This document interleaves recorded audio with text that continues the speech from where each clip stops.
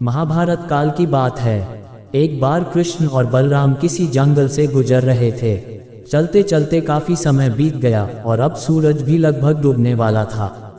अंधेरे में आगे बढ़ना संभव नहीं था, इसलिए कृष्ण बोले, बलराम, हम ऐसा करते हैं कि अब सुबह होने तक यहीं ठहर जाते हैं। सुबह होते ही हम अपने मंजिल की ओर बढ़ चलेंगे।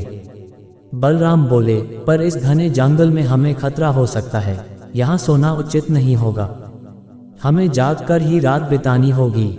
अच्छा, हम ऐसा करते हैं कि पहले मैं सोता हूँ और तब तक तुम पहरा देते रहो, और फिर जैसे ही तुम्हें नींद आए तुम मुझे जगा देना। तब मैं पहरा दूंगा और तुम सो जाना। कृष्ण ने सुझाव दिया। बलराम तैयार हो गए।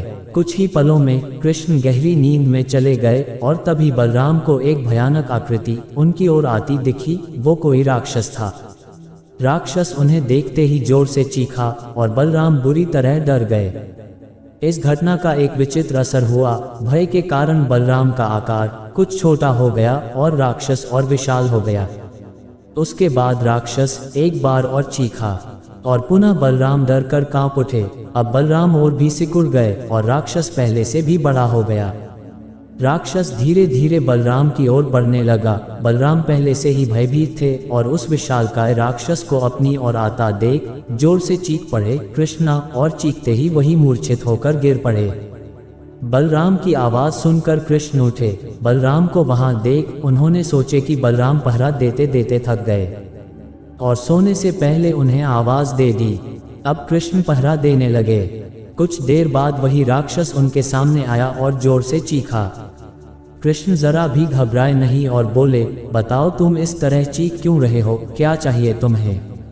इस बार भी कुछ कृष्ण के साहस के कारण उनका आकार कुछ बढ़ गया और राक्षस का आकार कुछ घट गया। राक्षस को पहली बार कोई ऐसा मिला था जो उससे डर नहीं रहा था। घबराहट में वह पुनः कृष्ण पर जोर से चीखा। इस बार भी कृष्ण नहीं डरे और उनका आकार और भी बड़ा हो गया, जबकि राक्षस पहले से भी छोटा हो गया। एक आखिरी प्रयास में राक्षस पूरी ताकत से चीखा पर कृष्ण मुस्कुरा उठे और फिर से बोले, बताओ तो क्या चाहिए तुम्हें?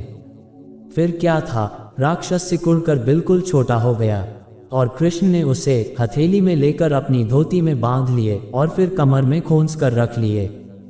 कुछ ही देर में सुबह हो गई। कृष्ण ने बलराम को उठाया और आगे बढ़ने के लिए कहे। वे धीरे धीरे आगे बढ़ने लगे। तभी बलराम उत्तेजित होते हुए बोले, पता है कल रात में क्या हुआ था? एक भयानक राक्षस हमें मारने आया था। रुको रुको, बलराम को बीच में ही टोकते हुए कृष्ण ने अपनी धोती में बंधा राक्षस निकाला और बलराम को दिखाते हुए बोले, कहीं तुम इसकी बात तो नहीं कर रहे हो? हाँ, ये वही है, पर कल जब मैंने इसे देखा था तो ये बहुत बड़ा था। ये इतना छोटा कैसे हो गया? बलराम आश्चर्यचकित होते हुए बोले। कृष्ण बोले, जब जीवन में तुम किसी ऐसी चीज से बचने की कोशिश करते हो जिसका तुम्हें सामना करना चाहिए, तो वो तुमसे बड़ी हो जाती है और तुम पर नियंत्रण करने लगती है। लेकिन जब तुम उस चीज का सामना करते हो जिसका सामना तुम्हें करना चाहिए, तो तुम उससे बड़े हो जाते हो और उसे नियंत्रित करने लगते हो। दोस्तों, ये राक्षस दरअसल हमारी जिंदगी में आने वाली चुनौतियां हैं। अगर हम इस चुनौतियां को टालते हैं तो ये और बड़ी होती जाती हैं। आखिर में ये हमें कंट्रोल करने लग जाती हैं। इसलिए हमें इनका साहसपूर्वक सामना करना चाहिए ताकि हम उन पर काबू पा सके। इस प्रकार चुनौतियां का डट के सामना करने से वो छोटी सी हो जाएगी, जिससे हम आसानी से उन पर नियंत्रण कर सकते हैं और सफल हो सकते हैं।